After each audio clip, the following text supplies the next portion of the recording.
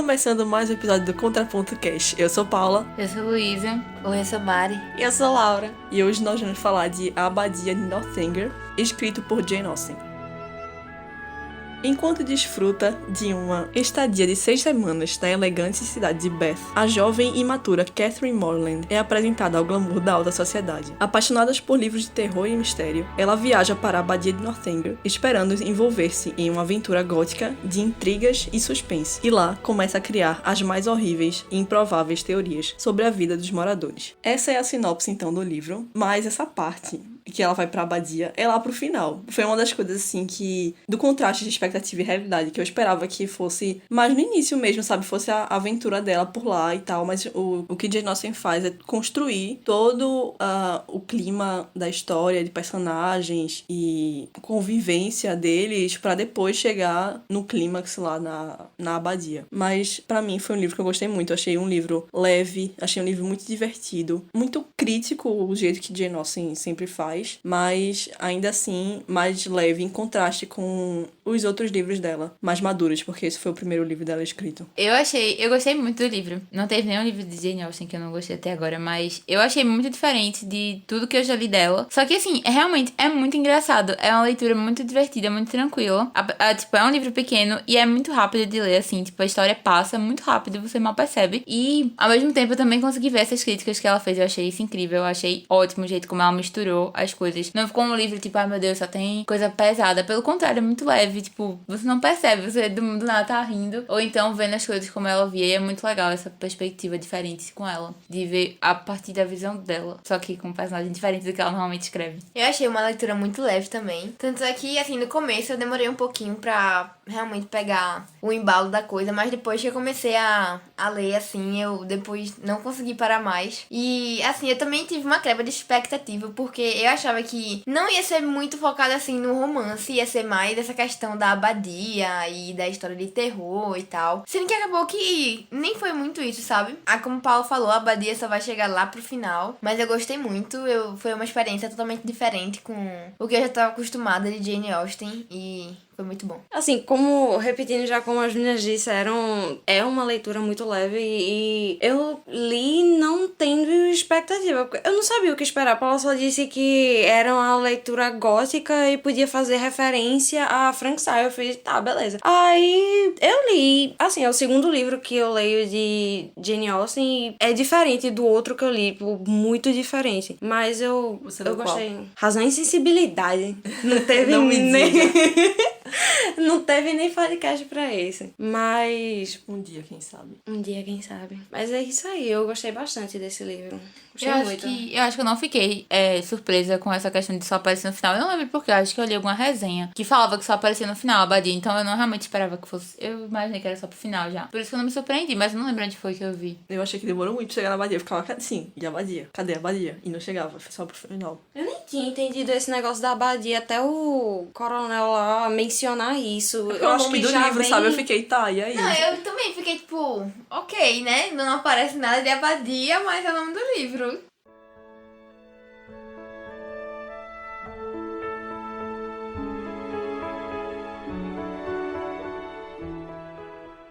Esse é, sim, um livro diferente de Jane Austen. Isso é principalmente porque foi o primeiro livro que ela escreveu, o primeiro romance finalizado. Ela já escrevia coisas desde criança, desde, sei lá, com uns 12 anos. Jane Austen já escrevia, mas o primeiro romance dela finalizado e o primeiro a ser enviado para uma editora para publicarem foi esse. Segundo a irmã de Jane Austen, Cassandra, ela escreveu a Abadia entre 1798 e 1799, enquanto ela tinha entre 22 e 23 anos. Ela então vendeu o manuscrito, que na época era intitulado Susan, em 1803, mas ele foi negado para impressão. E só em 1815 ela comprou de volta o seu manuscrito, mudou o nome da personagem principal para Catherine, mudou o título do livro, mas ele só foi publicado póstumamente em 1818, junto com Persuasão, que foi o último livro escrito por ela. Então Persuasão e A Abadia de Northanger foram publicados quando Jane Austen já tinha morrido, seu primeiro e último livro. Esse foi o único romance dela finalizado que não foi posteriormente revisado, ou seja, é o único que mantém, em sua maior parte, a forma que ela deu originalmente, com seus 20 e poucos anos. E isso nos permite enxergar para a mente da jovem Jane Austen, a jovem escritora que ela era, que começava a levar cada vez mais a sério o seu trabalho. E a jovem Jane Austen já se mostrava uma garota muito observadora, e os traços da ironia dela, que é um dos traços mais marcantes da escrita, já se fazem presentes então nessa obra. E ler a Abadia de Northanger nos coloca algumas perguntas que pretendemos então responder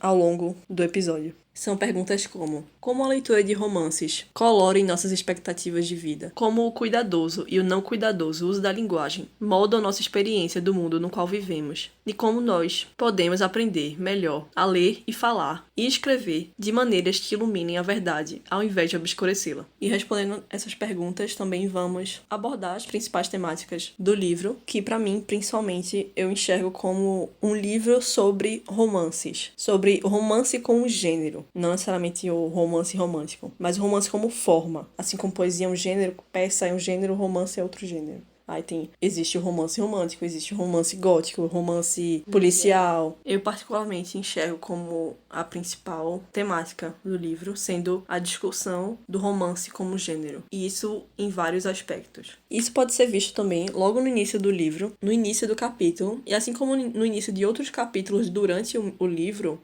Jane Austen alude quase todas as convenções existentes nos livros populares da sua época. Nos livros populares do tempo no qual ela estava escrevendo, que no caso era o final de 1790. Ela tinha em mente que uma heroína de um romance era uma garota de beleza memorável e fazia conquistas sem esforço. Era algo que vinha de dentro. E o plot padrão era de uma história de provações emocionais e uma perseguição covarde que vai expor a inocência da heroína a inúmeros testes e sofrimentos, dos quais ela vai emergir inalterada e vitoriosa. Então esse era a linha que os romances da época dela seguiam. E consciente disso, a sátira de Jane Austen é destinada ao romance sentimental e o romance gótico, dois gêneros que estavam muito em alta na sua época, na sua juventude, no final do século XVIII. Agora, ela considera os livros dela o quê? Romance o quê? É o que é considerado, classificado, são romances realistas. Mas eu vou discutir mais o que é o realismo de Jane Austen mais pra frente. Mas já que Luísa já colocou, o romance de Jane Austen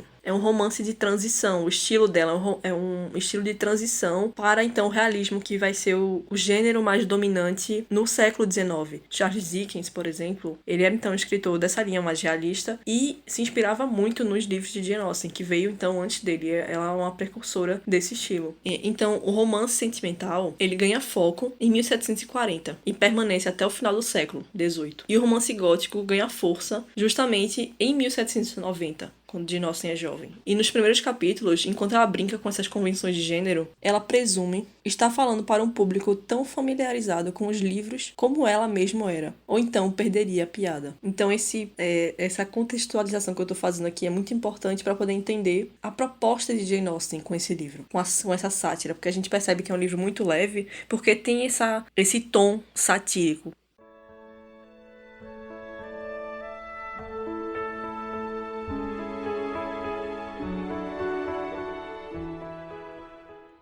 No podcast que eu fiz sobre persuasão, eu falei muito sobre Jane Austen, a autora. Dei bastante contexto sobre a vida dela. Então aqui eu vou falar só brevemente algo que é importante para falar para essa obra específica. Mas se você quiser não ler Persuasão, mas quer saber mais sobre Jane Austen, você pode escutar essa primeira parte do podcast de Persuasão, que eu falei bastante sobre a vida dela. Bom, Jane Austen, ela vinha de uma família que incentivava a educação e a leitura. Seu pai, ele tinha uma biblioteca de mais de 500 livros, o que permitia um fácil acesso a diversas obras. Ela mesma descreveu a família como grandes leitores de romances e sem vergonha de admitirem quem são. E isso porque, nessa época, os romances estão tomando espaço. Isso foi algo também que eu falei em Persuasão, foi algo que eu falei também no podcast Frankenstein. O gênero romance, como forma, está se estabelecendo nessa época. No século XIX, ele vai então se tornar o gênero predominante. Vai ultrapassar a poesia e a peça. Mas, nessa época de Jane Austen, do final do século XVIII para o início do século XIX, ainda se tem muita resistência. Muitas pessoas, eles veem os romances como algo inferior, que não tem capacidade de ter reflexões importantes para a sociedade. Então, as pessoas ou não liam romances ou não admitiam ler romances e viam isso com vergonha E tinha até autores que escreviam romances e eles próprios diminuíam os romances. Então, quando Jane Austen começou a escrever com 12, 13 anos, ela já estava familiarizada tanto com os clássicos como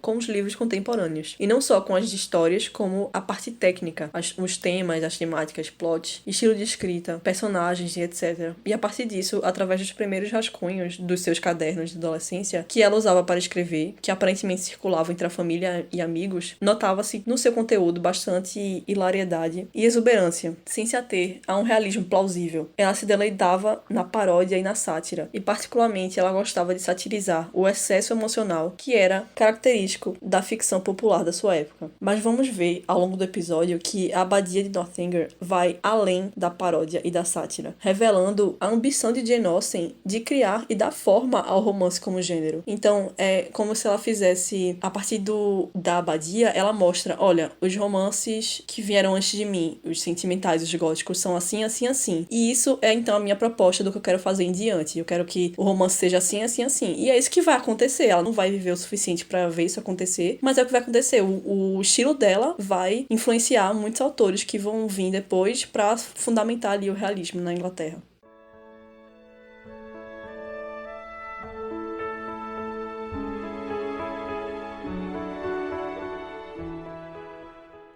O romance sentimental, ele geralmente apresenta uma heroína jovem extremamente virtuosa. A beleza, a virtude e as conquistas da heroína são expressões da sua disposição natural, não o produto de um trabalho árduo. Ou seja, como eu falei anteriormente, é algo que está dentro dela, que é natural, que ela faz as coisas sem esforço. Mas seu traço mais importante é de uma extrema sensibilidade emocional, ou seja, uma tendência a ser fortemente afetadas pelas emoções e sentir ao extremo. Por isso, esse nome de romance sentimental. Ela tem uma capacidade especial para ter amigos íntimos e essa sensibilidade é vista como uma virtude nessa tradição. As passagens mais importantes de romance sentimental são ocasiões para o exercício da emoção, o derramamento dos sentimentos exaltados da heroína. Já o romance gótico, ele sai diretamente da tradição sentimental. Anne Radcliffe, em Os Mistérios de Udolpho, que vai ser então um livro que vai ser lido pela protagonista Catherine Morland, que era então muito famoso na época, todo mundo lia Os Mistérios de Udolpho, publicado em 1794.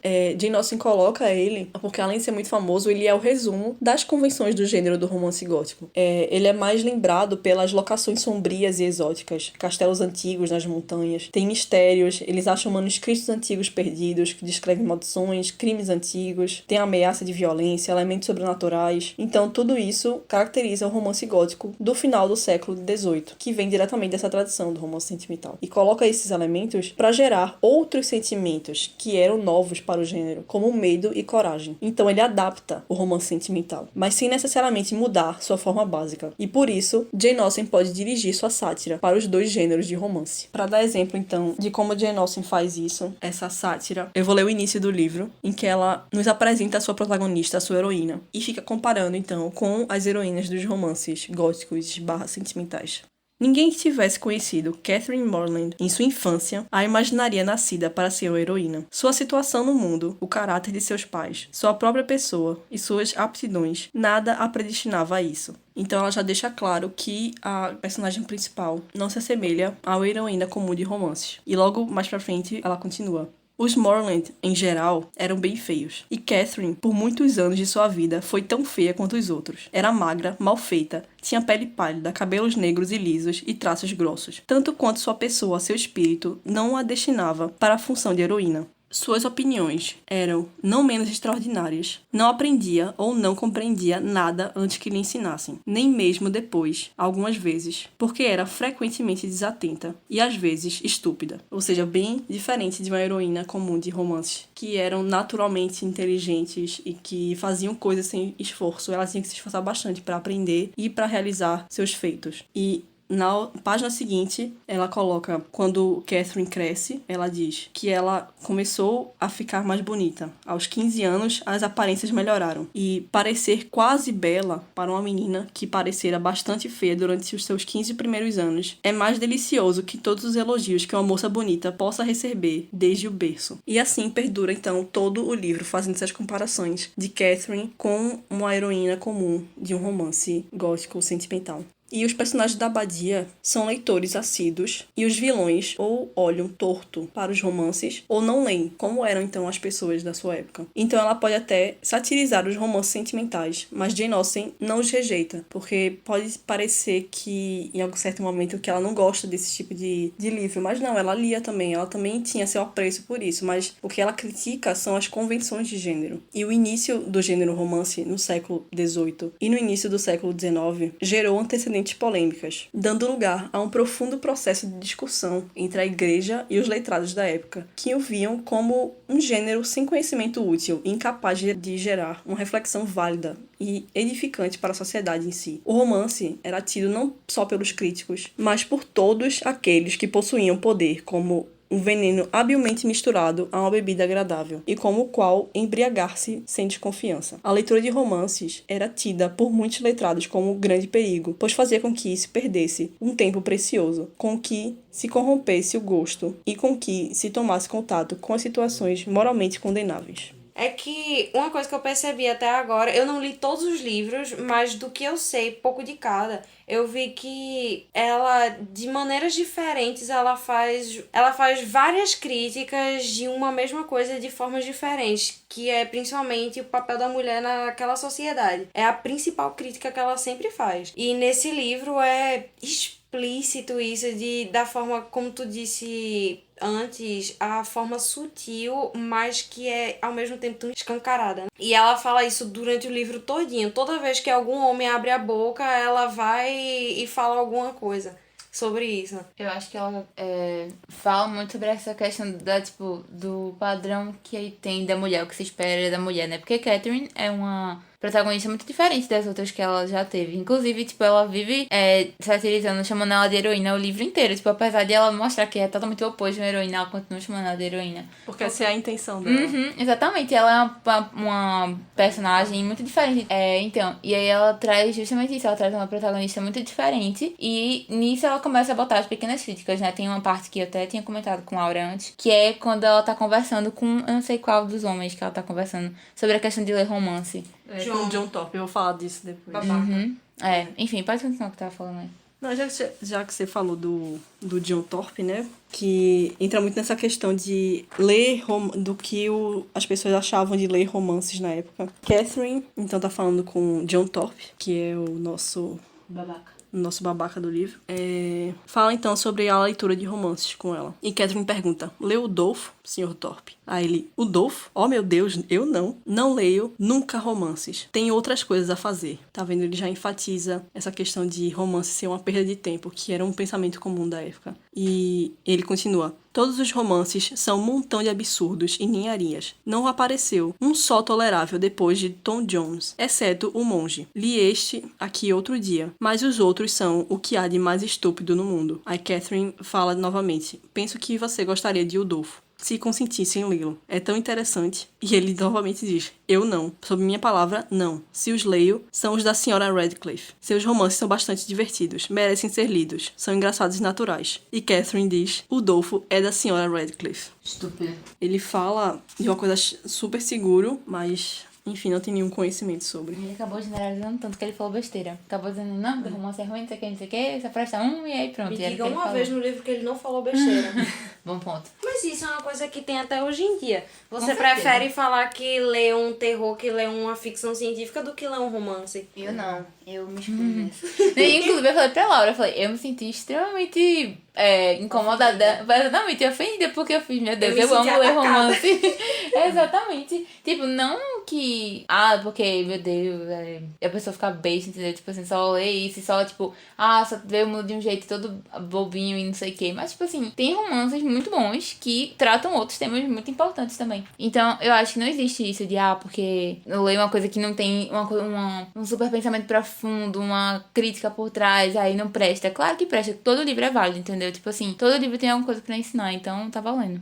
Eu acho que é uma discussão que a gente tem bastante, e algo que eu penso muito é porque acaba que as pessoas tendem a olhar de forma diferente para os livros contemporâneos, os livros do nosso tempo atual, e preferem sempre ler os clássicos, que já são livros que estão já estabelecidos no cânone da literatura. Eu gosto muito dos clássicos, é algo que eu mais leio, mas eu acho que você não pode pode só olhar pro passado, você tem que olhar pro presente, você tem que olhar pro tempo que você tá vivendo agora. Então, os romances contemporâneos vão falar do tempo que a gente tá vivendo agora. Então, acho que não tem como descartar esse tipo de leitura. Eu não tô dizendo que... Eu tô dizendo que a combinação dos dois tem que ser feita. Você não pode só olhar pros clássicos, entendeu? Mais uma vez, eu amo os clássicos, é o que eu mais leio. Mas, apesar de que, como tu falou, é atemporal, é algo que realmente você lê e você se identifica ainda com os tempos atuais. A gente conversou em Frankenstein, como toda a discussão de Frankenstein é muito atual ainda. Mas a gente tem que olhar pro tempo presente, a gente tem que ver o que tá sendo feito agora, entendeu? E ressaltando também que a gente tá falando de romance aqui, mas de romance como gênero, não exatamente de romance romântico. E Jane Austen, ela sai em defesa dos romances e dos romances góticos e sentimentais também, que ela critica e satiriza aqui. Na página 30 da edição da Nova Fronteira, que é a minha edição que eu tenho física, ela fala então quando Catherine e Isabella se reúnem para ler os romances. Ela diz que as duas se fechavam no quarto para ler romances juntas. Sim, romances, porque eu não adotarei este mesquinho e desastrado hábito que tem os autores de romances, de depreciar, para descrédito do gênero, toda uma categoria de obras das quais eles mesmos têm aumentado o número, unindo-se assim a seus inimigos para lançar os mais desagradáveis epítetos nasquelas obras, e não permitindo nunca a leitura à sua heroína, que, se abre por acaso um romance, não ficará, certamente, se não folheá-lo e com desgosto. Se a heroína de um romance não é patrocinada pela heroína de um outro romance, de quem poderá ela esperar proteção e atenções?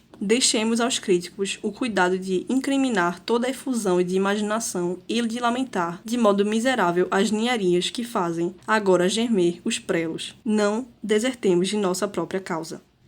Essa parte aqui é muito extensa, eu não vou ler tudo, mas ela vai então sair em defesa dos romances e dos autores de romance nesse discurso, provando então que a sua sátira e a sua crítica é justamente as convenções, e tem outros direcionamentos também que a gente vai discutir mais pra frente. Acho que a ideia que ela quis trazer foi justamente essa, tipo assim, não é o gênero que ela gosta, entendeu? Tanto é que ela tá fazendo a crítica e tal, mas assim, independente, é um gênero, entendeu? E ela não vai, tipo, meter o pau como as outras pessoas fazem. Ela vai apontar os erros e dizer, vocês estão fazendo isso toda vez, é muito repetitivo, ou então é muito fora da realidade, essas mulheres idealizadas não existem. Eu vou mostrar aqui uma heroína comum, como outra pessoa qualquer. Verdade. E vou... porque essa é o cerne das obras de Jane Austen. Como a Laura falou, tem alguma coisa que é muito focado... É sempre a mesma crítica em todos os romances, que é mostrando, então, a mulher comum, a sociedade comum, as pessoas comuns vivendo sua vida comum. Então é isso que ela quer mostrar, e não essa pessoa idealizada que flutua na terra, que é linda e faz as coisas sem esforço nenhum, entendeu? Mas não, as pessoas se esforçam pra fazer as coisas. E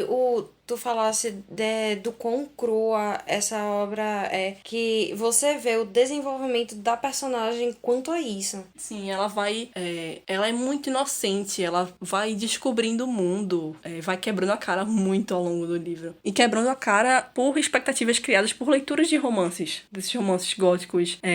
A chegada dela da abadia, ela vê tudo como um grande mistério, tem algo por trás que é fantasmagórico e tem que ter algo que é horrível por trás, mas ela vai descobrindo que não é bem assim e que a vida é mais comum e ordinária do que ela pensa, e que os dramas reais da vida não são tão relacionados assim com essas coisas mais sobrenaturais. Fantasiosas, exatamente.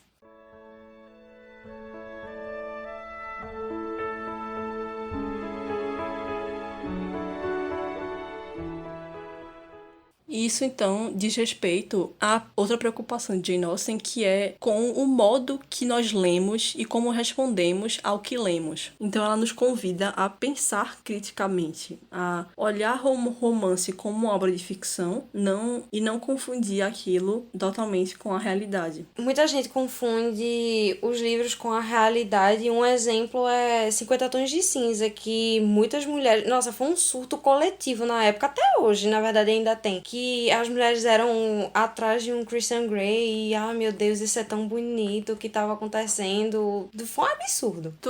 A série After também, eu nunca li, mas pelo que eu vejo das pessoas falando, tem muito de coisa de relacionamento abusivo e tal, e as pessoas não olham criticamente para aquela obra e veem que aquele romance ali tá errado, que tem uma coisa de muito preocupante ali, que não é bem assim que as coisas acontecem. Se um cara milionário ficar ali perseguindo, não é uma coisa muito legal. Então você tem que olhar criticamente para uma obra e separar a ficção da realidade. Por mais que obras tenham um quê de realidade, obras tentem retratar a realidade da vida, existe uma separação entre ficção e realidade. E Jane Austen faz isso muito através da sua ironia. E o crítico G.K. Chesterton diz que a ironia depende da habilidade do leitor de pegar uma sugestão e descobrir significados que não estão diretamente estabelecidos no texto. A ironia é, então, o que está escrito versus o que diz versus o que realmente significa.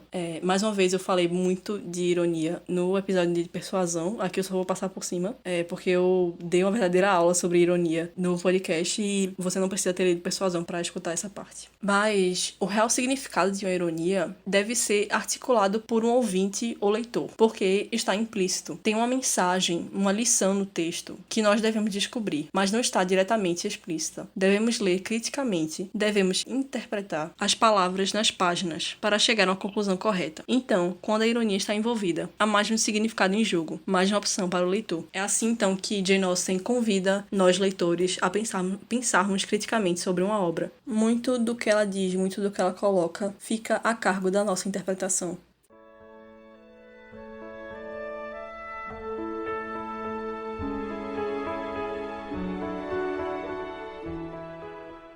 Bom, quando ela apresenta, então, sua, entre aspas, heroína, que demora 17 anos, então, para começar a amadurecer realmente, ela nos mostra que há várias vozes durante a narrativa, não só a da personagem principal, Catherine.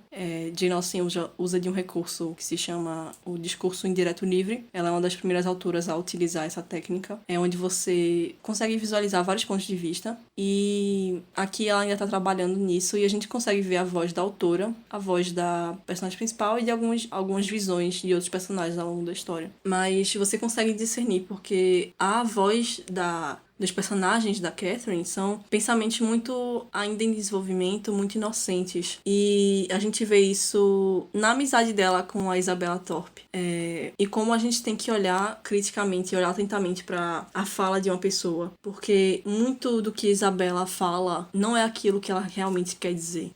Pessoalmente, eu percebi bastante que Isabella não era a flor que se cheire logo no início, mas conversando com Laura, eu percebi que não era tão óbvio assim, porque Laura não percebeu. Porque quando eu tenho o costume de anotar nos livros, então eu anoto as minhas impressões, então tem várias anotações minhas aqui destrinchando, junto com a narrativa, a personalidade dos personagens. Então eu anoto o que é que eu penso previamente dos personagens para ver se aquilo condiz com o que a gente vê mais pro final. E eu já percebia esses traços, uma personalidade dúbia de que não era exatamente o que ela transparecia ser em Isabella. E quando Laura chegou pra mim e falou que tava adorando Isabella, eu fiquei, tá, não é tão óbvio assim, então vai vá. E na minha defesa, eu tava muito no início, tipo, elas tinham acabado de se encontrar na festa, então tava só narrando, passavam uns dias juntas, conversavam sobre isso, não sei o quê. E ela tinha encontrado uma grande amiga, Isabella, como irmã. Aí, tipo, eu tava achando isso bonitinho, mas eu falei, Isabella, eu tô gostando. Aí, eu acho que o personagem que de cara eu não gostei foi o irmão dela, o Eu John acho Thorpe. que não tem como, né? Nós mulheres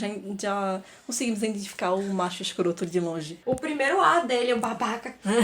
O que eu lembro de tu falando é naquela cena que eles estão... Que as duas estão, acho que é no Pump Room, que é um lugar lá em Bath que eles se encontram casa e de tal. banho. E aí Isabella diz que quer evitar os homens. E tu falou que achou... Nossa, eu achei incrível ela, tipo, desviando dos homens e não sei o quê. E eu conseguia ver, assim... Eu conseguia enxergar como ela tava, na verdade, querendo atrair a atenção deles. Eu entendi isso depois.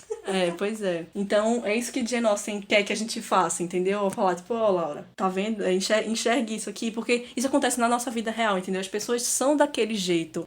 Pessoas dizem que querem fazer algo, mas por trás escondem outra atitude. Não, de início eu tinha entendido isso, só que, assim, eu reli, aí eu fiquei, tipo, não, ela realmente tava querendo se fazer meio que de difícil pros caras.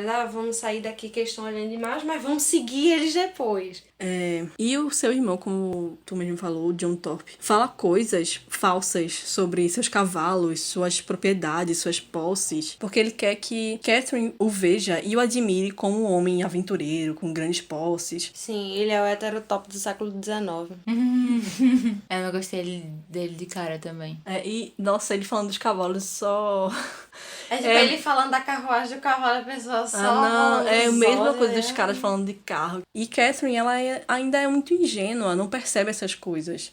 Mas a narradora, sim. E dessa forma, Jane Austen, ela reforça a necessidade de se ler com um olhar crítico, interpretativo, sobre a linguagem. E aqui é uma questão que eu acho que... Eu tinha lido um negócio sobre essa obra que, como tu disse, foi inspirado no dia a dia delas, mas assim, as críticas que ela faz ao patriarcado foi justamente por ela e pela irmã, que por conta da questão das posses, por não ter, no caso, porque elas não têm um certo status social, então elas não conseguiram casar, não conseguiram ter relacionamento nenhum. Sim, Jane Austen, ela quer, sim, uma igualdade, ela quer que... Ela discute muito essa questão da posição social da mulher, como tu falou também, mas, como eu disse antes, eu falei bastante sobre isso no meu podcast Persuasão, até que eu não quero soar muito repetitiva aqui, mas Jane Austen, ela tinha uma postura mais conservadora, então ela não era, por exemplo, se pegar na mesma época dela, ela não era uma Mary Wollstonecraft, que era a mãe de Mary Shelley, que era que podemos, não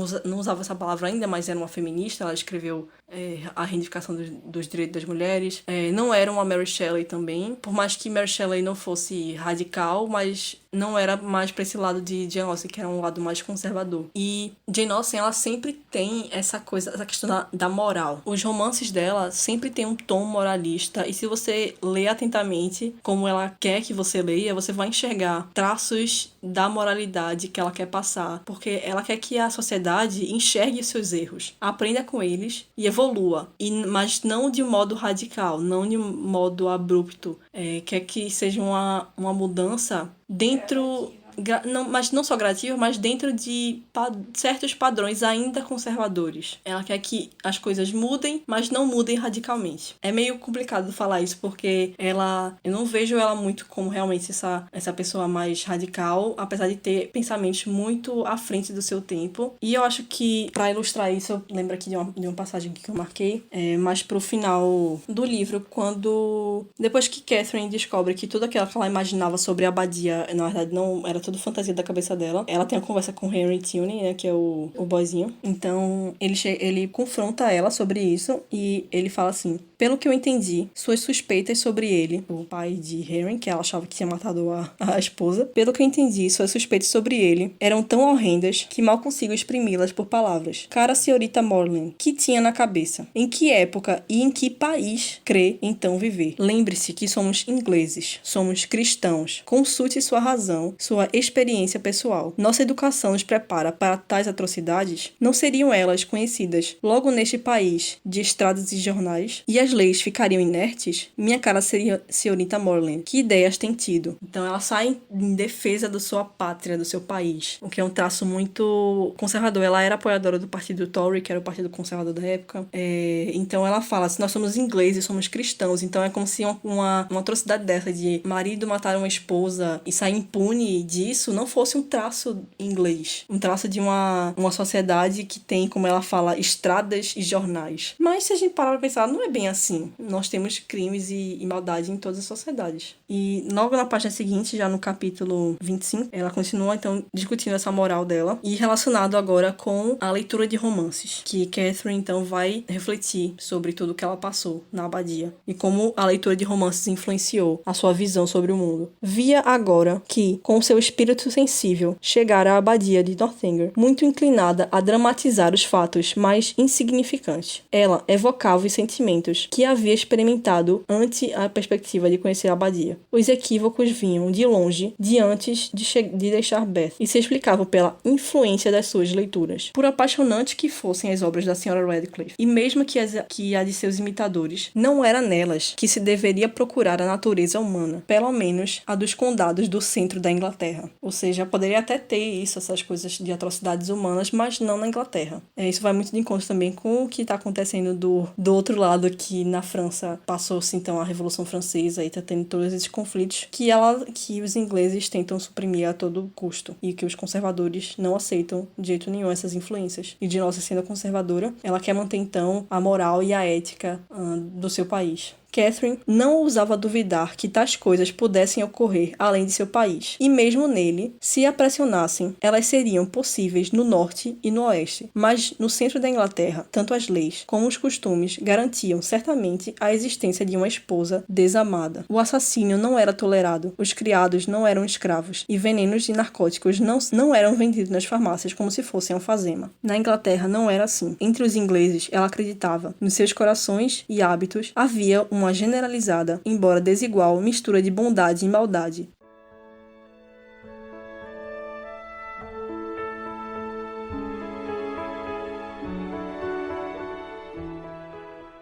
Então, ao perceber o erro, Catherine ela reflete que, sem o melodrama de um romance gótico que ela mesma impõe para a sua vida, a natureza humana é mais confusa e misteriosa. A experiência humana é mais complicada que tudo que ela encontra nas páginas de um livro. E quando acontece o rompimento do noivado do irmão James por conta da traição de Isabella Thorpe, Catherine é exposta ao verdadeiro drama, à real inconsistência da vida. E sobre esse lado mais conservador de Jane Austen, a gente pode ver nas relações pessoais que Catherine tem, a comparação entre a amizade dela com Isabella Thorpe e com a Eleanor Tilney, que é a irmã de Henry. A amizade que ela tem com Isabella é muito passional, é muito repentina e tem muito sentimento envolvido, é muito baseada nos romances sentimentais. E ela, então, acaba se decepcionando e ficando muito triste por conta da traição que vem depois, justamente por ela não ter esse olhar mais observador e enxergar as reais intenções de Isabella. E uma amizade que é feita a partir dos padrões das convenções da sociedade dela, que obedece ao decoro, que tem todas as relações sociais na época de Jane Austen, tem regras a se seguir, tanto para se relacionar com homens como com mulheres também. Você tem coisas a se falar, tem um momento de chegar perto, você só pode falar tal coisa. E com Eleanor é dessa forma que ela se comporta, a amizade dela é seguindo esses padrões, e é uma amizade então genuína, sincera, diferente daquela tem com Isabella. Então fica aí implícita uma crítica de Jane Austen.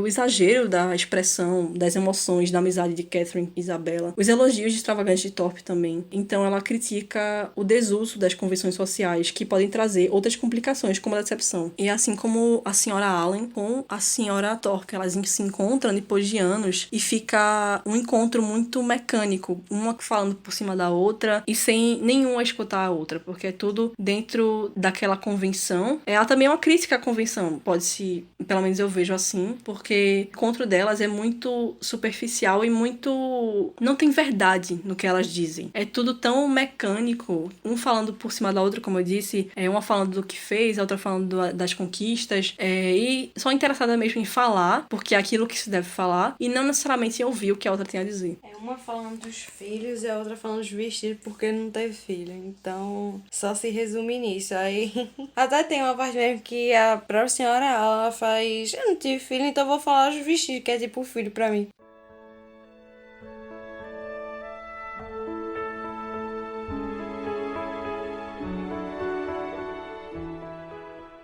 Então, para finalizar, uma das principais lições que a gente pode tirar desse livro de Jane Austen é saber distinguir ficção da realidade e olhar criticamente, tanto para a ficção como para a realidade, porque há realidade na ficção sim, mas é importante separar as coisas. Quando Catherine vai para a abadia, a realidade se mescla com os romances góticos que ela leu. E ela não reconhece o poder das convenções do romance sobre a mente dela. Então, a importância é reconhecer a ficção como ficção. Mas, devido à falta de experiência da protagonista e à personalidade de confiar com facilidade, ela acaba pensando convencionalmente e sem refletir, sem reconhecer que outras maneiras de pensar e enxergar o mundo são possíveis. Então, apenas a mente que pode comparar as maneiras de comportamento, que apesar de saber as virtudes de cada convenção, uma mente que pode aproveitar a ficção e a história é capaz de alcançar um entendimento adequado da relação entre artifício e verdade, modus e moral. Isso também é muito o personagem do Henry. O Henry é meio que a voz de Jane Austen nesse romance.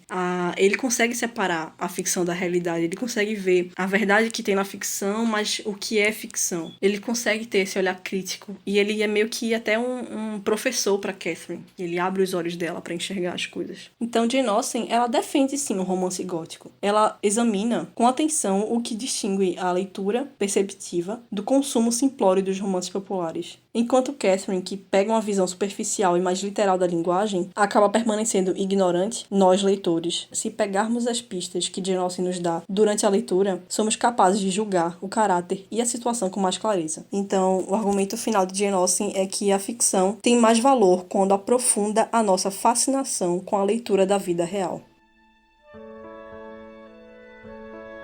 Bom, essa então foi a nossa discussão sobre a Abadia de Northanger de Jane Austen. Espero que vocês tenham gostado. Recomendo que vocês escutem o podcast Persuasão, caso vocês não tenham escutado ainda. Como eu falei, se vocês não leram Persuasão, a primeira parte do podcast é dedicado à biografia de Jane Austen e às técnicas narrativas dela. Não se esqueçam de nos seguir no Instagram, @contrapontocast e @contraponto da leitura. Lembrando que tem episódio toda sexta-feira. E até a próxima.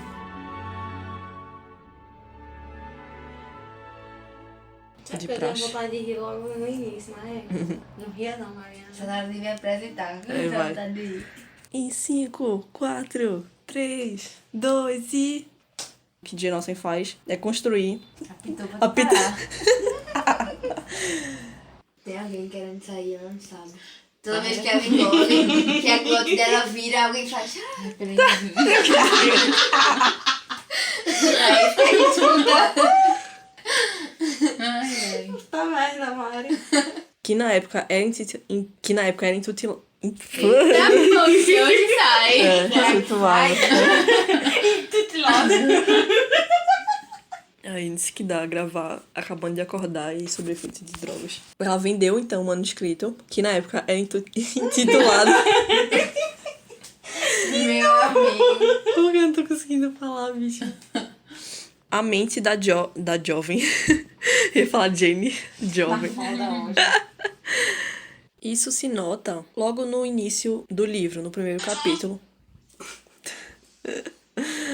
Maravilhoso. Alguém, por favor, bota isso no final. Do nada, Luísa. Não tinha som, véi. Se vocês acham que enquanto uma fala, as outras ficam prestando atenção, não. Uma fala e outra fica no Instagram. Para isso, meu sonho. Ai, meu Deus. Bota a bundinha. Oh, olha, porquinhos. Oh, olha, porquinhos. Porquinhos. Só faltou a voz distorcida. Porquinhos.